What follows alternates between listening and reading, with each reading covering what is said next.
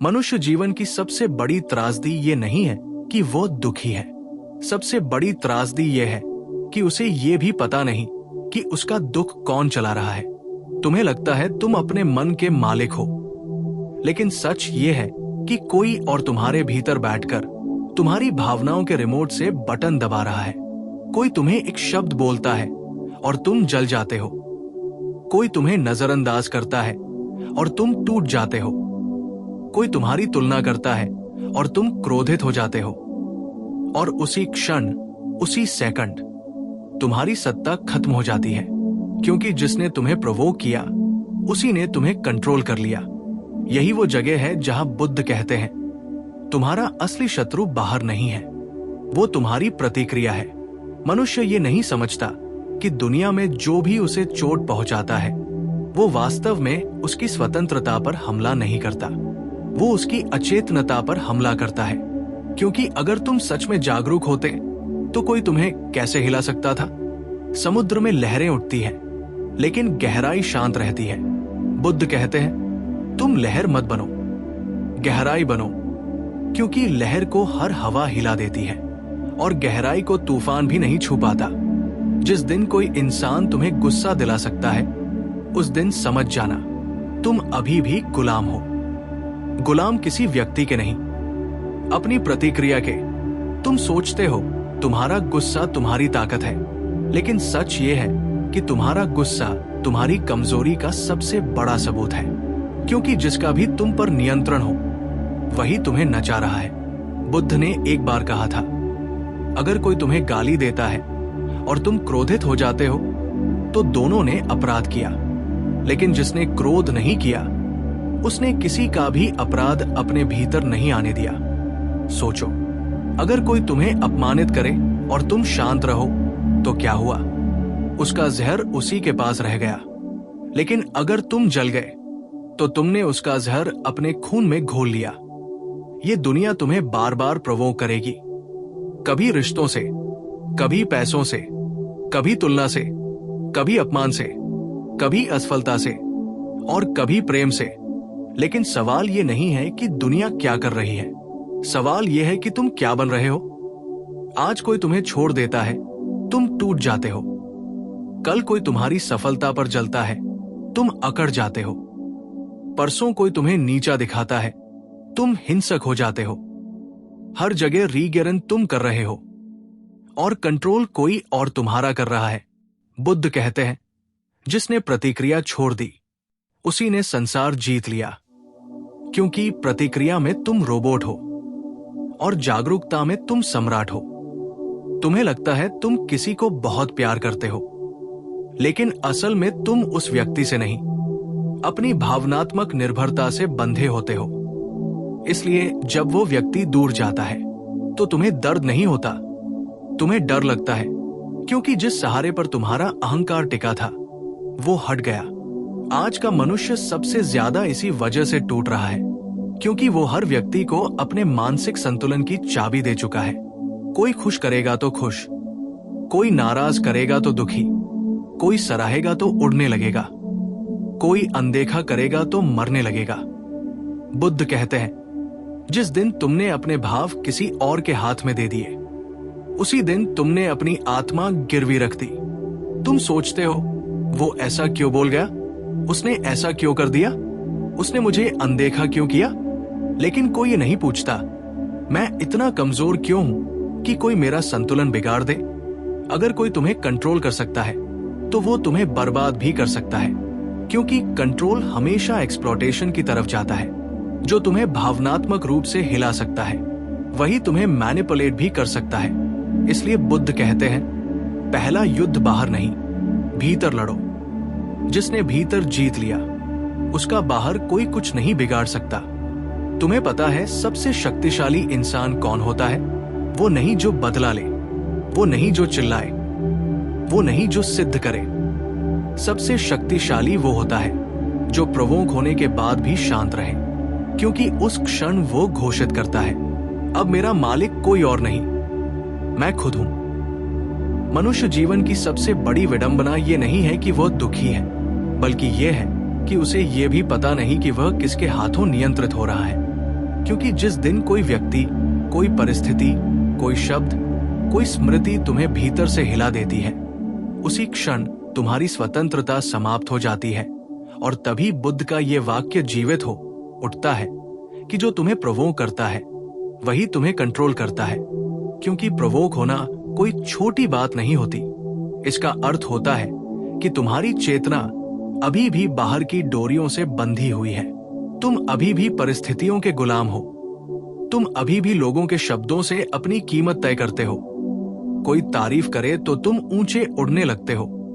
कोई आलोचना करे तो तुम भीतर ही भीतर टूटने लगते हो। और इसी टूटन में तुम्हारा सारा संतुलन बह जाता है, क्योंकि तुम्हें कभी सिखाया ही नहीं गया कि तुम्हारा सारा अस्तित्व तुम्हारे भीतर से चलना चाहिए, बाहर से नहीं। बुद्ध कहते हैं कि दुनिया तुम्हें कुछ नहीं देती, वो केवल तुम्हारे भीतर जो दबा है उसे उभार देती है। अगर कोई तुम्हें अपमानित करता है और तुम आग बन जाते हो तो अपमान बाहर से नहीं आया था, वो भीतर पहले से पड़ा था। बाहर वाले ने केवल उस राख को हवा दे दी। अगर कोई तुम्हें छोड़ देता है और तुम बिखर जाते हो तो वो व्यक्ति तुम्हें तोड़ नहीं रहा, वो तुम्हारी उस निर्भरता को उजागर कर रहा होता है जिसमें तुमने अपने अस्तित्व की डोर किसी और को सौंप दी थी। इसलिए जब वो दूर गया तो तुम्हें केवल उसका जाना नहीं चुभा, तुम्हें अपना खालीपन दिखाई दे गया। और यही सबसे बड़ा डर होता है, क्योंकि मनुष्य दूसरों से नहीं, अपने खालीपन से डरता है। इसीलिए वो रिश्तों से चिपकता है, प्रेम से चिपकता है, मान सम्मान से चिपकता है, पैसे से चिपकता है, क्योंकि उसे कहीं न कहीं भीतर से पता होता है कि अगर ये सब छिन गया तो मेरे पास मैं खुद ही बचूंगा। और वही मैं उसे सबसे ज्यादा डराता है। इसलिए वो हर उस चीज पर क्रोधित हो जाता है जो उसकी झूठी पहचान को हिला दे। बुद्ध कहते हैं कि ऑफेंडेड व्यक्ति कभी जागरूक नहीं होता, क्योंकि जो जाग चुका होता है उसे कोई चोट नहीं पहुंचा सकता। जैसे सूरज पर कोई कीचड़ फेंक दे तो कीचड़ पृथ्वी पर ही गिरता है, सूरज तक नहीं पहुंचता। वैसे ही जागरूक इंसान तक अपमान पहुंच ही नहीं पाता, वो रास्ते में ही गिर जाता है। लेकिन सोया हुआ मनुष्य हर शब्द को अपने भीतर उतार लेता है और फिर उसी जहर से जलता रहता है। यही कारण है कि आज लोग एक दूसरे से नहीं, अपनी प्रतिक्रियाओं से अधिक पीड़ित है। कोई एक वाक्य बोल देता है और तुम रात भर सो नहीं पाते। कोई एक याद दिला देता है और तुम्हारा हृदय भारी हो जाता है। कोई एक तुलना कर देता है और तुम्हारा आत्मसम्मान गिर जाता है और तुम्हें ये सब सामान्य लगता है, जबकि सच ये है कि ये गुलामी है, भावनात्मक गुलामी, मानसिक गुलामी। और बुद्ध इसी गुलामी से मुक्त करने आते हैं। वे कहते हैं कि क्रोध तुम्हारी शक्ति नहीं है, वो तुम्हारी जंजीर है। जिस दिन तुम क्रोधित होते हो उसी दिन तुम हार जाते हो, क्योंकि तुम दूसरे को ये बता देते हो कि हाँ, तुम्हारे पास मेरी चेतना की चाबी है, तुम मुझे जहां चाहो वहां हिला सकते हो, और जो तुम्हें हिला सकता है वही तुम्हें नचा सकता है। इसलिए बुद्ध बदले की नहीं, जागरूकता की बात करते हैं। वे कहते हैं प्रतिक्रिया मत बनो, उत्तरदायित्व बनो। रिएक्शन ऑटोमेटिक होती है, रिस्पॉन्स कॉन्शियस होता है। रिएक्शन अतीत से आती है, रिस्पॉन्स वर्तमान से जम लेता है। रिएक्शन में तुम्हारे पुराने हम बोलते हैं, रिस्पॉन्स में तुम्हारी आत्मा बोलती है। और यही अंतर मनुष्य और बुद्ध में होता है। रिश्तों में यही सबसे बड़ा कारण बनता है दुख का, क्योंकि जहां अटैचमेंट होती है वही सबसे ज्यादा कंट्रोल होता है। तुम कहते हो कि मैं उससे बहुत प्यार करता हूं, लेकिन अक्सर तुम उससे प्यार नहीं करते, तुम उससे बांध चुके होते हो, तुम उसे अपनी खुशी का स्रोत बना चुके होते हो। और जिस दिन वो स्रोत डगमगाता है तुम्हारी पूरी दुनिया हिल जाती है। इसलिए बुद्ध कहते हैं कि प्रेम मुक्त करता है और अटैचमेंट बांधता है। प्रेम में तुम उड़ते हो, अटैचमेंट में तुम जकड़े जाते हो। प्रेम में तुम दूसरे को स्वतंत्र छोड़ते हो, अटैचमेंट में तुम दूसरे को अपनी जरूरत बना लेते हो। और जरूरत वहीं से उत्पन्न होती है जहां भीतर खालीपन होता है। लेकिन हम खालीपन को भरना चाहते हैं, समझना नहीं चाहते। इसलिए हम किसी और को दोष देते रहते हैं। उसने ऐसा किया, उसने ऐसा कहा, उसने मुझे छोड़ा। जबकि बुद्ध कहते हैं कि अगर कोई तुम्हें छोड़ देता है और तुम टूट जाते हो तो उसने तुम्हें नहीं तोड़ा, उसने उस भ्रम को तोड़ा जिसमें तुमने अपने जीवन का केंद्र किसी और को बना दिया था। और जब केंद्र बाहर होता है तो कंट्रोल भी बाहर चला जाता है। इसलिए दुनिया प्रोवोक करती है, राजनीति प्रोवोक करती है, धर्म प्रोवोक करता है, सोशल मीडिया प्रोवोक करता है, ताकि तुम सोच न सको, केवल रिएक्ट करो। क्योंकि जो सोचता है उसे कंट्रोल करना मुश्किल होता है, और जो रिएक्ट करता है उसे चलाना बहुत आसान। और यही भीड़ और जागरूक व्यक्ति का अंतर है। भीड़ प्रोवोक होती है, जागरूक व्यक्ति देखता है, भीड़ आग बनती है, जागरूक व्यक्ति प्रकाश बनता है। अब प्रश्न उठता है कि इस कंट्रोल से बाहर कैसे निकला जाए। बुद्ध का मार्ग बहुत सीधा है, लेकिन बहुत गहरा। पहला, देखो, जब भीतर क्रोध उठे तो उसे दबाओ मत, बहाओ मत, बस देखो कि भीतर क्या हो रहा है। दूसरा, स्वीकार करो। ये मत कहो कि मुझे ऐसा नहीं होना चाहिए, बस स्वीकार करो कि हाँ, ये हो रहा है। और तीसरा, उससे अपनी पहचान मत जोड़ो। ये मत कहो कि मैं क्रोधित हूं, ये कहो कि मेरे भीतर क्रोध उठ रहा है। क्योंकि मैं क्रोधित हूं कहने से तुम वही बन जाते हो, और मेरे भीतर क्रोध उठ रहा है कहने से तुम उससे अलग हो जाते हो। और जिस दिन तुम अपने भाव से अलग हो गए, उसी दिन तुम्हें कोई कंट्रोल नहीं कर सकता। क्योंकि कंट्रोल हमेशा पहचान के जरिए होता है। जब तक तुम अपने विचार हो, अपने डर हो, अपने अतीत हो, तब तक कोई भी तुम्हें हिला सकता है। लेकिन जिस दिन तुम देखने वाले बन गए, उसी दिन तुम मुक्त हो गए। यही बुद्धत्व है, यही असली स्वतंत्रता है। जहां कोई तुम्हारी तारीफ करे तो तुम मुस्कुरा देते हो, लेकिन उड़ते नहीं। कोई अपमान करे तो तुम सुन लेते हो, लेकिन टूटते नहीं। कोई तुम्हें छोड़ दे तो तुम दुखी तो होते हो, लेकिन बिखरते नहीं। क्योंकि अब तुम्हारा आधार बाहर नहीं, भीतर है। और जिसके पास भीतर का आधार होता है, उसे दुनिया की कोई आंधी गिरा नहीं सकती। इसलिए बुद्ध कहते हैं कि दुनिया को बदलने मत जाओ, अपने देखने के ढंग को बदलो। क्योंकि जिस दिन तुम्हारी चेतना बदल गई, उसी दिन दुनिया अपने आप बदल जाएगी। और यही उस वाक्य का अंतिम सत्य है कि जो तुम्हें प्रोवोक करता है वही तुम्हें कंट्रोल करता है, और जो तुम्हें अब प्रोवोक नहीं कर सकता वही तुम्हारा कुछ भी नहीं बिगाड़ सकता। और जब मनुष्य ये देखना शुरू कर देता है कि उसका अधिकांश दुख बाहर से नहीं भीतर से पैदा होता है, तब पहली बार उसके जीवन में एक अद्भुत घटना घटती है। वो दूसरों को दोष देना बंद कर देता है। क्योंकि जब तक तुम दूसरों को दोष देते रहोगे, तब तक तुम स्वयं को बदल ही नहीं पाओगे। और जिस दिन तुमने ये स्वीकार कर लिया कि मेरा क्रोध मेरी जिम्मेदारी है, मेरा दुख मेरी जिम्मेदारी है, मेरी जलन मेरी जिम्मेदारी है, उसी दिन से तुम्हारी शक्ति वापस तुम्हारे हाथ में लौटने लगती है। क्योंकि अब तुम्हारी खुशी किसी की दया पर नहीं टिकी होती। अब तुम्हारी शांति किसी के व्यवहार से तय नहीं होती। अब तुम्हारा स्वाभिमान किसी के शब्दों से नहीं टूटता। अब तुम भीतर से धीरे धीरे स्थिर होने लगते हो। और यही वो स्थिरता है जिसे बुद्ध समता कहते हैं, जहां न अत्यधिक सुख तुम्हें उड़ाता है और न अत्यधिक दुख तुम्हें तोड़ता है। जहां तुम जीवन को ऐसे देखते हो जैसे आकाश बादलों को देखता है, आने देता है, जाने देता है, लेकिन स्वयं नहीं बदलता। अब यहाँ एक बहुत सूक्ष्म सत्य समझने योग्य है। जब कोई तुम्हें प्रोवोक करता है, सच में वो तुम्हें नुकसान नहीं पहुंचा रहा होता। वो तुम्हें एक अवसर दे रहा होता है अपनी अचेतनता को देखने का।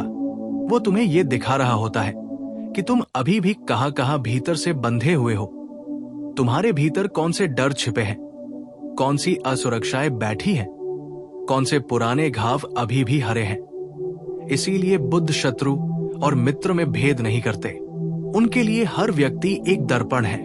कोई तुम्हें सुख देता है तो वो तुम्हारे भीतर छिपी क्षमता को दिखाता है, और कोई तुम्हें दुख देता है तो वो तुम्हारे भीतर छिपी कमजोरी को उजागर करता है। और दोनों ही स्थितियों में तुम्हें कुछ न कुछ सीखने को मिलता है। लेकिन जागरूकता के बिना मनुष्य दोनों ही स्थितियों को खो देता है। सुख में वह अंधा हो जाता है और दुख में वो बौना बन जाता है। अब ईगो की सबसे गहरी चाल को समझो। ईगो हमेशा तुम्हें यह महसूस कराता है कि मुझे सही साबित होना है, मुझे जीतना है, मुझे बदला लेना है। क्योंकि ईगो का भोजन ही टकराव है। जहां टकराव नहीं वहां ईगो भूखा मर जाता है। इसीलिए जब कोई तुम्हें उकसाता है, अपमान करता है, नीचा दिखाता है, ईगो तुरंत जाग उठता है और कहता है, अब चुप मत रहो, जवाब दो, वरना लोग कमजोर समझेंगे। लेकिन बुद्ध कहते हैं कि जो चुप रहकर भी अपने भीतर स्थिर है, वही वास्तव में शक्तिशाली है, और जो चिल्लाकर भी भीतर से हिलता रहता है, वह केवल अपनी कमजोरी को ढक रहा होता है। इसीलिए मौन कायरता नहीं है, मौन उच्चतम साहस है, क्योंकि मौन में तुम्हें खुद से सामना करना पड़ता है। तुम देखोगे कि जब तुम प्रतिक्रिया देना छोड़ते हो, तब दुनिया को यह बड़ा अजीब लगता है। लोग कहते हैं तुम बदल गए हो, अब तुम पहले जैसे नहीं हो, अब तुम्हें फर्क नहीं पड़ता। और सच में यही सबसे बड़ा परिवर्तन होता है, क्योंकि पहले तुम्हें बहुत फर्क पड़ता था। हर बात तुम्हें छू जाती थी, हर शब्द तुम्हें घायल कर देता था। लेकिन अब तुम बाहर की घटनाओं को ऐसे देखने लगे हो जैसे नदी में बहती लकड़ी को देखा जाता है, आती है, जाती है, लेकिन नदी वही रहती है। और जब भीतर ये नदी बहने लगती है, तब बाहर की हर आग अपने आप बुझने लगती है। अब प्रेम को एक नए स्तर से समझो, क्योंकि सबसे ज्यादा प्रवोक हमें वही करते हैं जिनसे हम सबसे ज्यादा जुड़े होते हैं। प्रेम में ईगो बहुत सूक्ष्म रूप ले लेता है। वो कहता है, तुम मेरे हो, तुम्हें ऐसा ही होना चाहिए, तुम मुझे पहले जैसा प्यार क्यों नहीं करते? और इसी चाहिए में सारा दुख छिपा होता है। बुद्ध कहते हैं कि प्रेम में चाहिए आ जाए तो वो प्रेम नहीं रहता, वो व्यापार बन जाता है।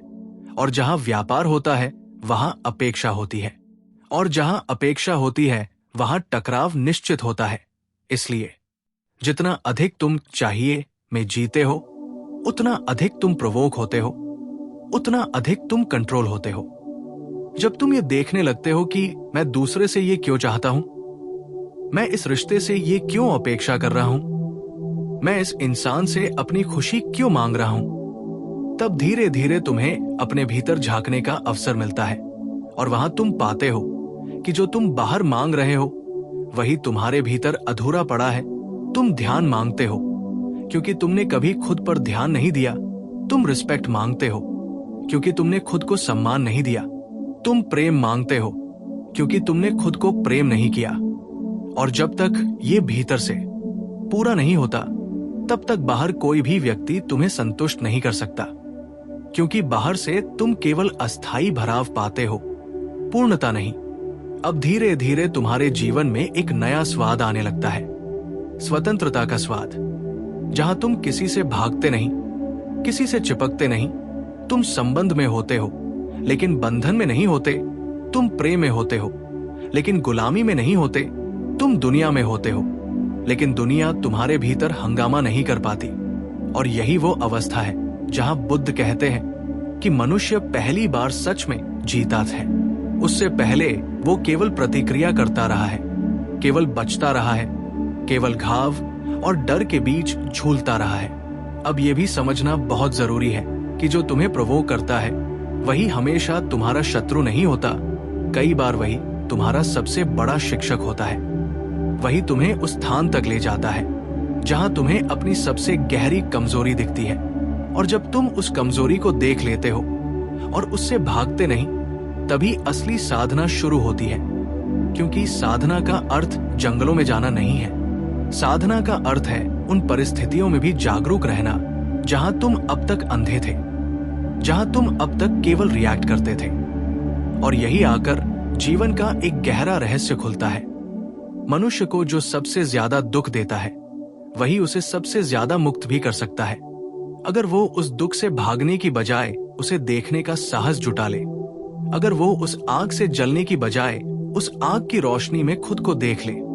क्योंकि हर प्रवोक तुम्हें ये मौका देता है कि तुम फिर से गुलाम बनो या पहली बार स्वामी बनो। और अंततः जब ये समझ तुम्हारे भीतर गहराई तक उतर जाती है, तब तुम्हारे जीवन में एक अद्भुत शांति उतरने लगती है। ऐसी शांति जो किसी के आने से नहीं बढ़ती और किसी के जाने से नहीं टूटती। ऐसी शांति जो तारीफ से फूलती नहीं और अपमान से मुरझाती नहीं।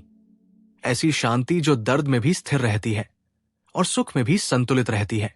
और यही वो शांति है जिसे बुद्ध निर्वाण कहते हैं। जहां तुम्हें कोई प्रवोक नहीं कर सकता, क्योंकि अब भीतर कुछ ऐसा बचा ही नहीं जिसे कोई हिला सके।